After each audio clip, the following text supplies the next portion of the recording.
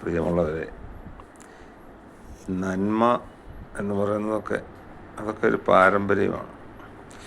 മാതാപിതാക്കൾ കാണിച്ചു കൊടുക്കുന്നതാണ് മക്കളെ അനുകരിക്കുക. 5 വയസ്സിനുള്ളിൽ നല്ല രീതിയിലുള്ള സ്വഭാവ രൂപവൽക്കരണം നടന്നിരിക്കണം.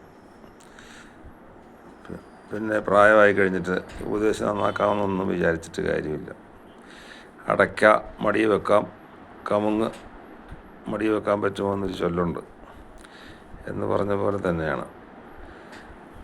അപ്പം കുട്ടികൾക്ക് വേണ്ടാത്തതും വേണ്ടിയതുമൊക്കെ പറഞ്ഞു കൊടുത്ത് മനസ്സിലാക്കണം.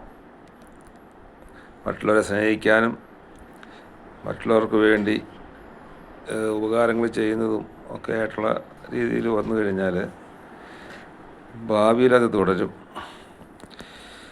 ഈ അക്രമവാസന ഒന്നും ഉണ്ടാകാതിരിക്കും. പിന്നെ നല്ല കൂട്ടുകെട്ടുകളാണ്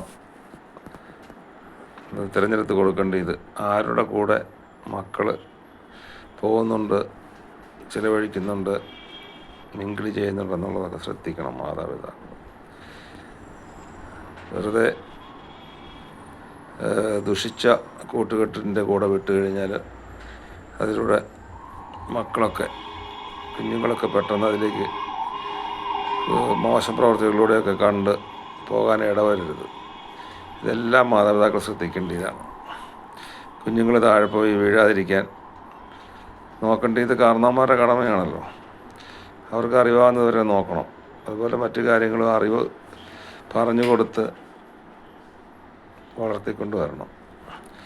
എന്നാൽ ഭാവിയിൽ ദുഃഖിക്കേണ്ടി വരില്ല. മറ്റുള്ളവർക്ക് നന്മ ചെയ്ത് ഉപകാരം ചെയ്ത് നിസ്വാർത്ഥമായിട്ടും അതുപോലെ സഹായിക്കാനൊക്കെ കുട്ടികളെ കൊണ്ട് പഠിപ്പിച്ച് അങ്ങനെയൊക്കെ വളർത്തിക്കൊണ്ട് വരുന്നതാണ് ഏറ്റവും നല്ലത്. ഓക്കേ.